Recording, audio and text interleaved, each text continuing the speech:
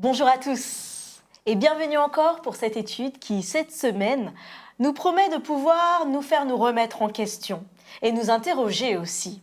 Je suis Karine Bercier-Loidin, pasteur de l'Église adventiste du 7e jour, et c'est toujours un plaisir d'être avec mes collègues ici présents. Erwin Kessner, bonjour. Bonjour. Et Gaston Fernoc, bonjour. Bonjour. Cette semaine, toujours dans le livre des Actes des Apôtres, ou alors, comme nous le disions si bien, le livre des Actes du Saint-Esprit, nous découvrons encore une réunion qui est plus que houleuse dans l'Église chrétienne primitive. Le Concile de Jérusalem. Le titre est « Le Concile de Jérusalem ». Alors avant de commencer, je vais inviter notre pasteur Erwin à prier, si vous voulez. Merci. Seigneur, merci d'avoir la possibilité d'étudier ta parole. Sois avec nous, avec ton Saint-Esprit, et aide-nous, Seigneur, à sortir les vérités dont les personnes ont besoin de ces mots-là que tu nous as envoyés. Amen. Amen, amen, amen. Messieurs, pour commencer, le Concile de Jérusalem, pour vous, ça vous évoque quoi? En tous les cas, quand je parle du Concile de Jérusalem, pour moi, je vois d'emblée,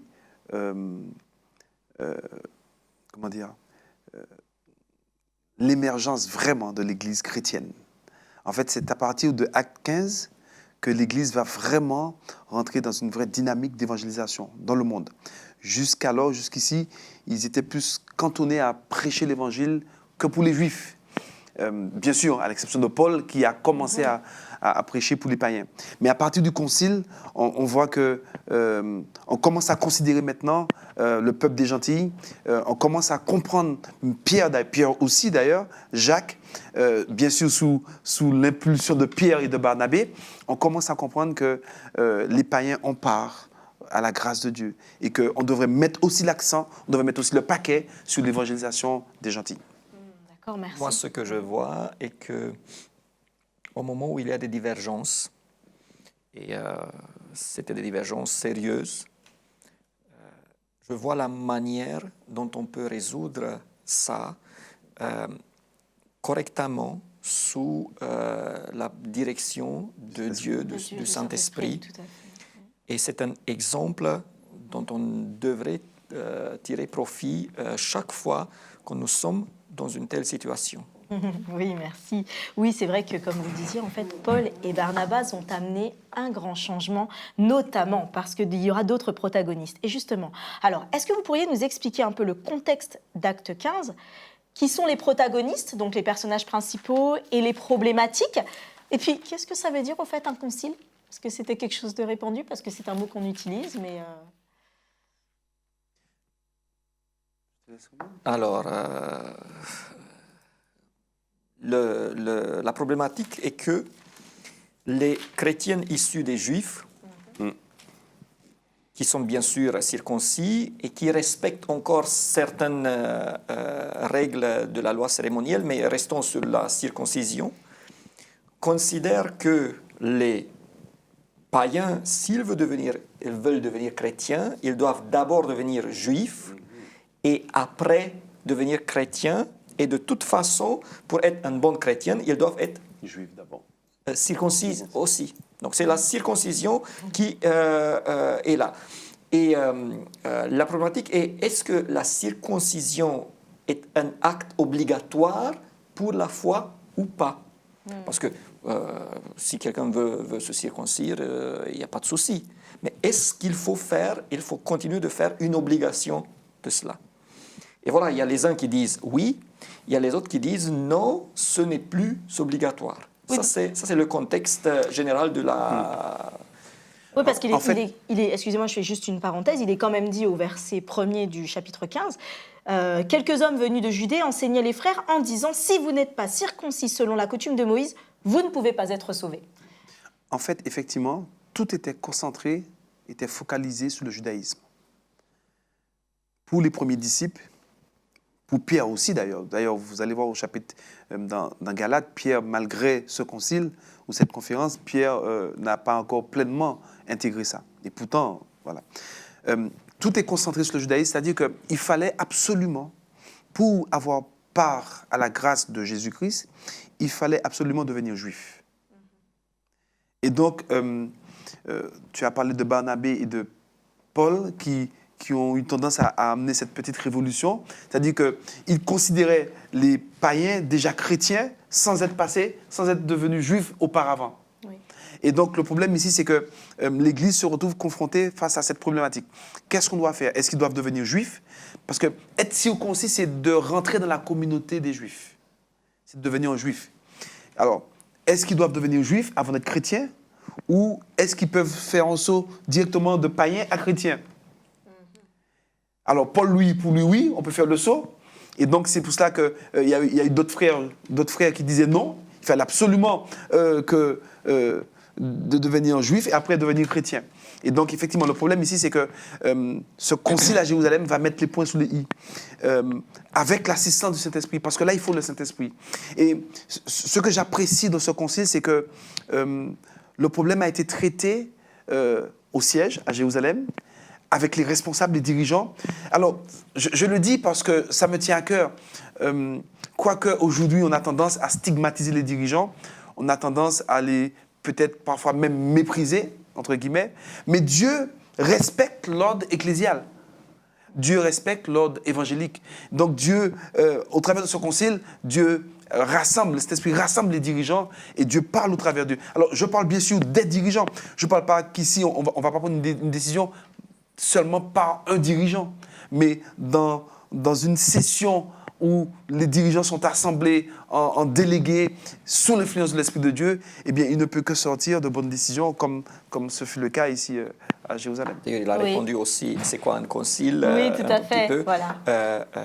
Le verset 6 de chapitre 15 dit « Les apôtres et les anciens se réunirent pour examiner cette affaire. » Justement, il s'agit des leaders, des dirigeants de l'Église, oui, qui sont là. Donc, pour ceux qui connaissent un peu le fonctionnement de l'Église adventiste, c'est la conférence générale réunie en session, ou c'est une assemblée générale d'une fédération ou d'une union, ou voilà, c'est ça un concile. D'ailleurs, si on reprend même, on voit qu'à partir du verset 2, on nous dit donc Paul et Barnabas eurent un vif débat, une vive discussion avec donc les frères qui avaient dit, en tout cas, ou qui avançaient cet argument de la circoncision comme salut, et ils dirent, les frères décidèrent, alors que Paul et Barnabas et quelques-uns d'eux les frères décidèrent alors que Paul, Barnabas et quelques-uns d'eux monteraient à Jérusalem vers les apôtres et les anciens pour traiter la question. C'est magnifique parce qu'on voit qu'ils envoient des délégués, les gens qui sont au cœur de la question y vont et on va tous discuter ensemble avec les leaders de l'Église. Et bien justement, on arrive Oui. Je pense qu'il est important de dire, même si c'est à la fin, qu'ils comprennent cette assemblée comme une assemblée où nous sommes là, nous ne sommes pas d'accord. Tout à fait. On va débattre. Oui. Et à la fin, on va arriver à une conclusion. Oui. Probablement par vote, je ne sais pas, parce que ça, ce n'est pas dit. Mais à la fin, ce qu'ils disent, le verset 28, car il a paru bon au Saint-Esprit et à nous. Et à nous. Voilà. Donc ça veut dire, la conclusion de cette assemblée est que les hommes et le Saint-Esprit ont pris une décision. Ça veut dire que le Saint-Esprit était là, même s'ils étaient des avis différents, il les a influencés pour arriver à une conclusion qui corresponde à la sienne. Tout à fait. Alors, et puis là, on voit la complicité. Il a paru bon au Saint-Esprit et à nous. Pas simplement à nous, mais au Saint-Esprit et à nous de ne vous imposer d'autres charges que ce qui est nécessaire.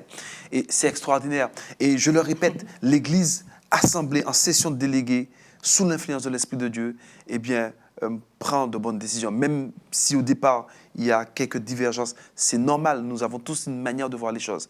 Mais après, en étant assemblés en session de délégués, sous l'influence de l'Esprit de Dieu, on peut prendre de bonnes décisions. Même si ce n'est pas le thème ici, je considère que si nous pensons cela, alors si la session de la conférence générale a pris une décision dont je ne suis pas d'accord, je devrais me soumettre. Absolument. Si je considère que c'est ainsi. Je considère que ne pas respecter une telle décision, ce n'est pas respecter la décision de Dieu. Alors, il faut savoir une chose, c'est que, et c'est très important pour nous aussi, on voit que quand ils vont se réunir, comme on l'a dit, ce n'est pas parce qu'il y a désaccord apparence de conflit, et même, est-ce que le conflit est nécessairement négatif? Tant que nous pouvons avoir des compréhensions différentes, mais nous venons alors apporter nos différentes compréhensions avec surtout l'influence du Saint-Esprit pour savoir où Dieu veut nous diriger. Mais trop souvent, en fait, dans l'Église, dans nos vies, même personnelles, même dans le foyer, on n'a pas besoin d'aller dans l'Église très loin ou dans les grands conciles, les grandes assemblées, même dans nos foyers, on a l'impression que quand on a des désaccords, ah ça y est, blocage, et il faut qu'on aille d'un côté ou de l'autre. Non, on va arriver à une compréhension de où est-ce que l'Esprit veut nous amener. Et petit à petit, comme vous l'aviez mentionné aussi, les choses ne sont peut-être pas comprises tout de suite, mais au fur et à mesure, une décision est prise et les choses vont être comprises. Alors justement, venons à ces décisions, puisqu'on arrive au verset 19, où il est écrit « C'est pourquoi, donc on arrive à la fin donc, des discussions qu'il y a eu, évocation très importante de Pierre quant au ministère que Dieu lui a donné, de la façon dont il avait été interpellé auprès des païens, et ils arrivent à ceci. C'est pourquoi je pense qu'on ne doit pas créer de difficultés aux non-juifs qui se tournent vers Dieu, mais qu'il faut leur écrire d'éviter les souillures des idoles, l'immoralité sexuelle, les animaux étouffés et le sang. En effet, depuis bien des générations, dans chaque ville, des hommes prêchent la loi de Moïse, puisqu'on la lit chaque sabbat dans les synagogues. Alors ici, on voit qu'une décision a été prise. Alors on ne parle pas du tout de la circoncision. On parle donc des souillures, éviter les souillures des idoles, l'immoralité sexuelle, les animaux étouffés et le sang. Pouvez-vous nous expliquer pourquoi ce sont ces choix-ci qui sont communiqués, connaissant toute la loi de Moïse qui est vaste, pourquoi le choix de ceci? Alors, il faut préciser le fait que ce qu'ils veulent dire, bon, la circoncision, on a clarifié, mais faites attention, maintenant, il ne faut pas tout jeter au-dessus bord. Et donc, ils prennent quelques points. Je pense qu'ils prennent les points qui faisaient débat. Parce que ce n'est pas la peine de leur dire qu'il faut garder le sabbat ou qu'il faut... Parce que là, c'était clair. Mais voilà, les souillures des idoles. S'il s'agit de la viande qu'on utilisait, qui était donnée aux idoles, là, c'est pour leur dire, voilà, faites attention, c'est un point qui peut créer des problèmes. Oui. Voilà, l'impudicité, c'est clair, là c'est le commandement de Dieu, ils disent c'est une chose que vous devrez respecter. Et les animaux étouffés et le sang, ce n'est pas une loi de Moïse cette fois-ci, c'est depuis Noé que Dieu avait dit il ne faut pas manger ainsi. Oui, tout donc à fait. il y a certains aspects qui risquent d'être perdus qu'il rappelle. Encore une fois, je suis toujours très surpris de voir que comment certaines personnes peuvent vouloir faire dire au texte ce que le texte ne dit pas. Par exemple, certaines personnes peuvent prendre ce texte pour dire, voilà, c'est tout ce qu'il faut faire, on peut tout manger maintenant, on peut tout boire, on peut tout faire. Mais Jacques, ici, c'est lui qui parle. Jacques fait référence à Lévitique chapitre 17 et chapitre 18. Le chapitre 17, effectivement, du Lévitique explique, effectivement, c'est la loi, effectivement, sur l'interdiction de manger du sang.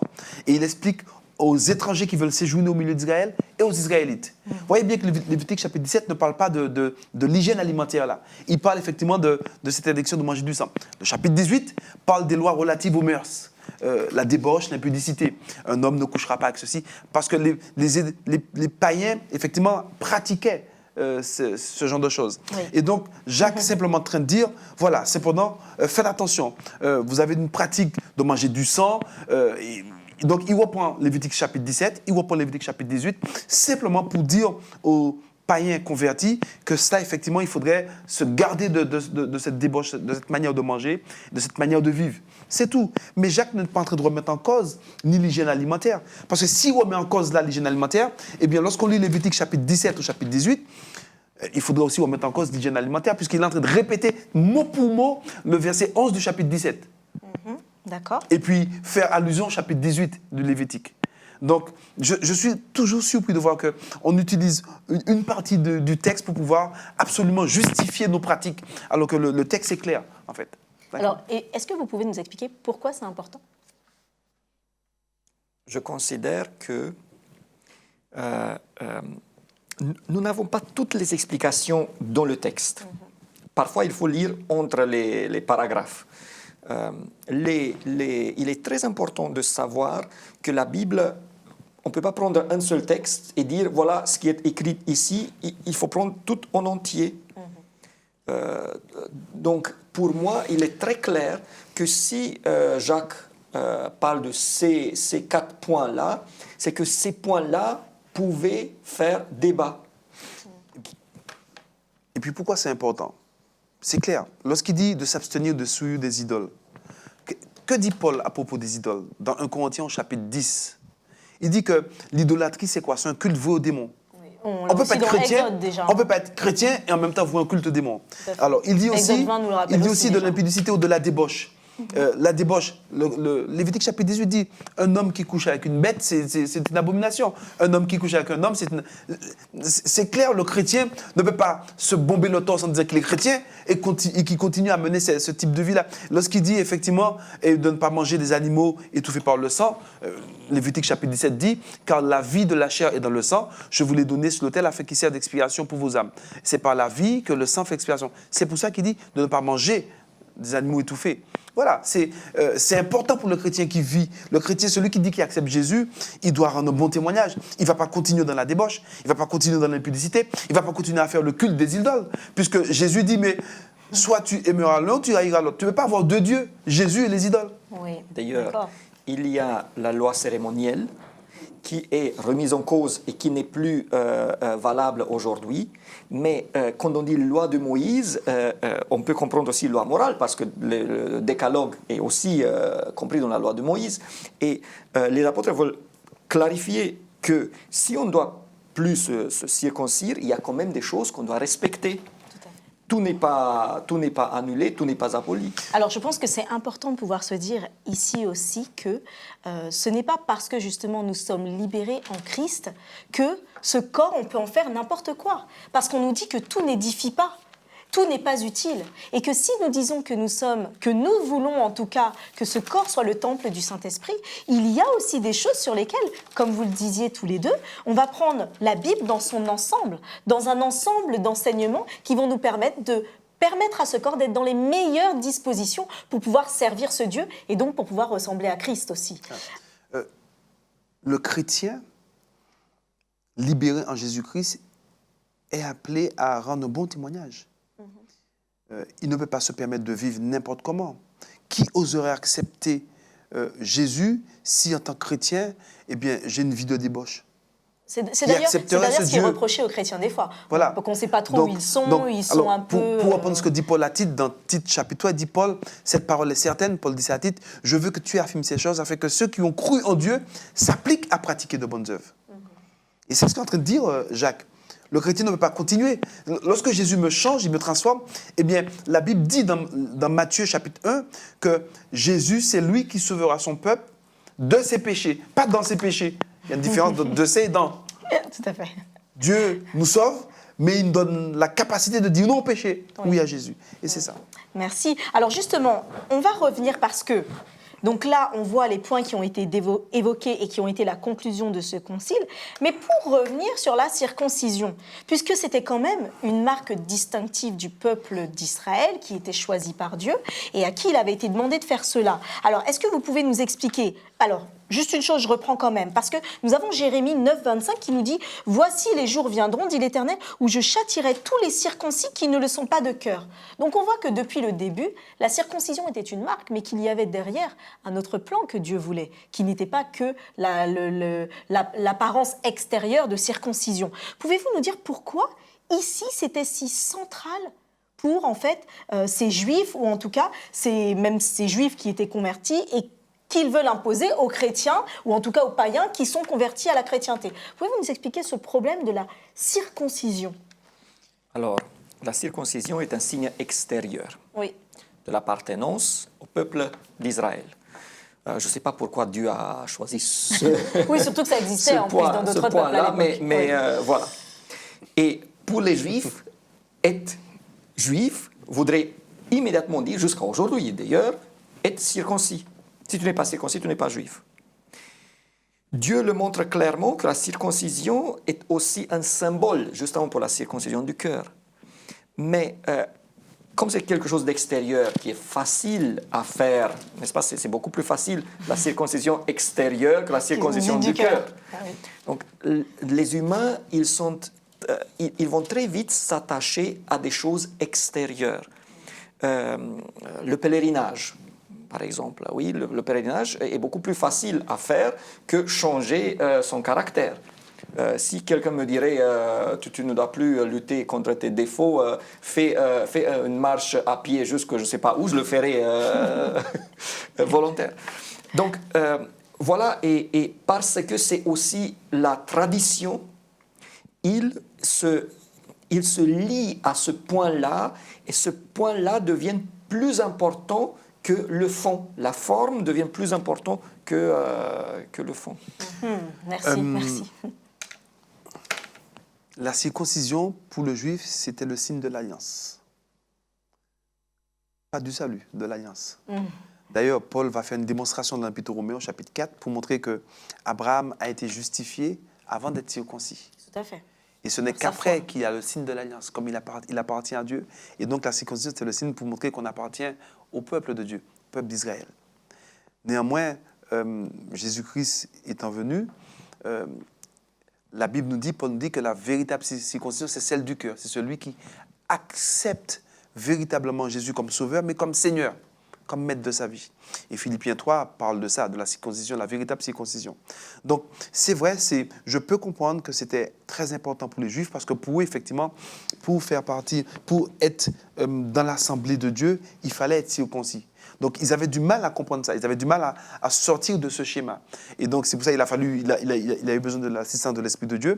Mais Dieu leur permet de comprendre que la circoncision n'est rien, finalement. Ce qui compte, c'est d'avoir un cœur totalement renouvelé, un cœur régénéré, un cœur où habite l'Esprit de Dieu. Et donc, le plus important, là, maintenant, pour eux, c'était pas d'être circoncis. Alors, je ne sais pas si c'est plus facile, comme tu as dit, parce que bon, je ne pense pas que j'aimerais pas me faire circoncire à cet âge-là. J'ai vu qu'Abraham l'a fait très tard dans sa vie. Mais en tous les cas, c'est vrai, par contre, c'est pas facile de s'abandonner totalement à Jésus, parce que parfois, on a toujours besoin de garder un peu de moi. Et la véritable circoncision, c'est de s'abandonner totalement. C'est que le cœur, c'est-à-dire sa personnalité soit totalement soumise à l'action de Dieu dans sa vie. Alors, vous savez, c'est intéressant parce que cela me fait penser un petit peu que peut-être que certains qui étaient venus à cet évangile, à cette chrétienté, avaient pris des traditions sans s'être posés vraiment sur le texte. Parce qu'on voit que depuis dans Jérémie, le Seigneur disait à travers les prophètes qu'il voulait la circoncision du cœur. Comme quoi, parfois on a peut-être des pratiques que l'on applique en se disant que c'est ce qu'il faut faire parce que c'est ce qui montre que l'on est chrétien. Alors qu'en fait, la Bible, la parole de Dieu, va nous révéler bien d'autres choses. Et il a fallu là, en tout cas, dans ce concile, que Dieu intervienne.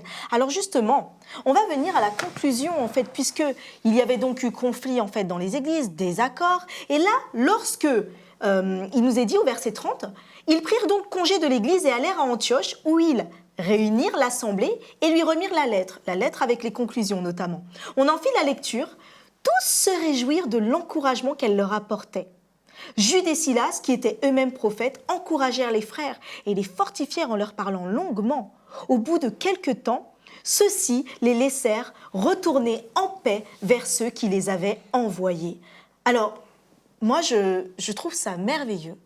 Il y a eu des accords, il y avait vraiment... Alors, on arrivait peut-être à une scission même de l'Église, un grand clivage allait se créer.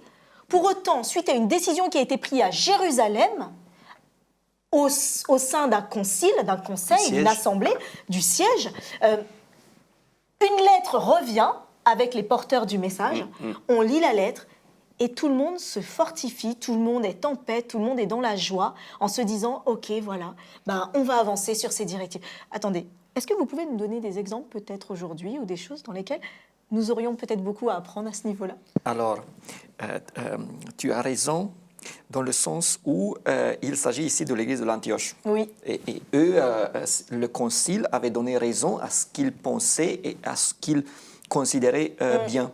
Je n'oubliez pas que les Juifs, ils ont eux besoin du temps pour accepter ce que dit le concile. Rappelez-vous que Paul, quand il est arrivé à Jérusalem, lors de son arrestation d'ailleurs, les gens lui ont dit alors il faut que tu fasses tout cela, la purification, parce qu'il y a des gens qui disent que Donc, je considère que, parce que c'est très facile quand tu vois que le Concile te donne raison d'être dans la joie, mais il est très important où tu vois que non, ce n'est pas ce que tu pensais être bien et correct qui a été décidé, de dire aussi merci Seigneur parce que tu as montré la voie.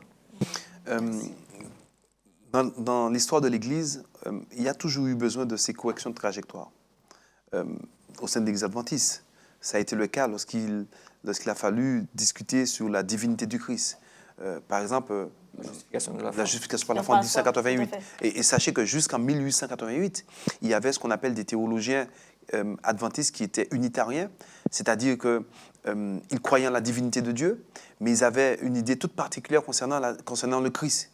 D'excellents théologiens, d'autres qui croyaient. Donc, il a fallu du temps pour pouvoir harmoniser effectivement ces pensées, mais encore une fois, l'Assemblée, ce concile, sous la direction de l'Esprit de Dieu, effectivement, ne peut que faire progresser l'Église. Et c'est ce qui va se passer, effectivement, ici à Jérusalem, et c'est ce qui continue à se produire dans l'Église adventiste. Il faut ces débats, il faut ce type de concile pour pouvoir progresser, pour pouvoir avancer. Parce que la vérité n'est pas statique, mais la vérité est évolutive.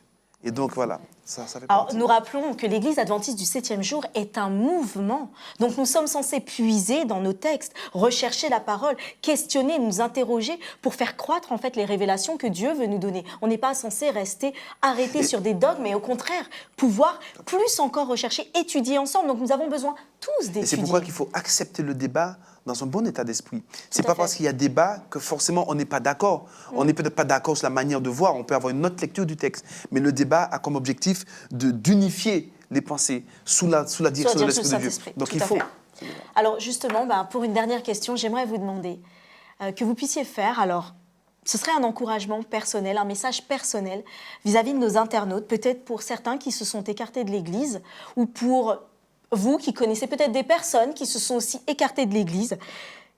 Au regard de ce que l'on a vu dans cet exemple de personnes totalement en désaccord sur des points qui semblaient quand même essentiels, en tout cas ils semblaient être de l'ordre du salut, les gens ont réussi même s'il a fallu du temps, mais l'Église a continué d'avancer et à croître. Qu'est-ce que vous pourriez dire en fait, adresser comme message à ces personnes qui se sont écartées de l'Église pour diverses raisons qu'elles ne partageaient pas? Mon encouragement serait, si l'Église adventiste est l'Église de Dieu, ce que je crois fermement, ça veut dire que même s'il y a des erreurs, même s'il y a des personnes qui peuvent fauter, c'est le Saint-Esprit qui conduit cette Église-là. Et c'est cette Église-là qui sera triomphante à la fin, qui va répandre le dernier message. Et donc, mon encouragement est rester dans l'Église. S'il faut corriger des choses, faisons-le comme les apôtres. Mais restons dans l'Église, revenons dans l'Église et mettons-nous à l'œuvre pour que l'Évangile arrive jusqu'au bout. Tout à fait. J'irai dans le même sens, c'est de dire à nos internautes, ceux qui se sont éloignés ou ceux qui n'ont peut-être plus confiance aux dirigeants de l'Église, moi ce que je voudrais leur dire, c'est que l'Église appartient à Dieu. C'est l'Église de Dieu. Et que Dieu n'est jamais pris au dépourvu. Dieu aura toujours le dernier mot. Et donc, à l'instar du Concile de Jérusalem, prenons le temps de faire confiance à l'action de l'Esprit de Dieu au travers de nos frères dirigeants, assemblés dans des sessions pour pouvoir prendre de bonnes décisions. Je suis persuadé, je suis convaincu que Dieu aura toujours le dernier mot et que l'Église appartient à Dieu. Et même si nous avons l'impression, nous avons le sentiment que certaines personnes ont tendance à prendre des décisions qui nous mettent peut-être en porte-à-faux, faisons confiance à Dieu. Dieu, j'ai tendance à dire que le Christ, lorsqu'il a versé son sang, il n'a pas fait les yeux fermés. Il l'a fait en étant pleinement conscient de tout cela. Et donc, il savait que l'Église passe par des moments de turbulence, des moments où on a besoin de correction de trajectoire. Et cela arrivera jusqu'au bout. Donc, faisons confiance à Dieu et faisons confiance à nos frères et sœurs, dirigeants aussi de l'Église. Et prions pour eux, pour que l'Esprit puisse toujours se manifester au travers d'eux. Et revenez. pour qu'on soit unis ensemble dans la mission. Merci beaucoup, messieurs. La phrase, notamment, il existe un ministère de la prière aussi au sein de l'Église adventiste du 7e jour, et c'est la prière n'a de frontières que celle que nous lui fixons. Ne Amen. nous séparons pas, restons en prière, demandons la puissance du Saint-Esprit, demandons au Saint-Esprit de nous guider, et il est sûr que cette Église, il l'amènera là où il le souhaite. Alors, que nous puissions nous sentir fortifiés, encouragés, et surtout que nous étudions, parce que nous avons encore beaucoup à découvrir sur les révélations de Dieu. Bonne étude à tous.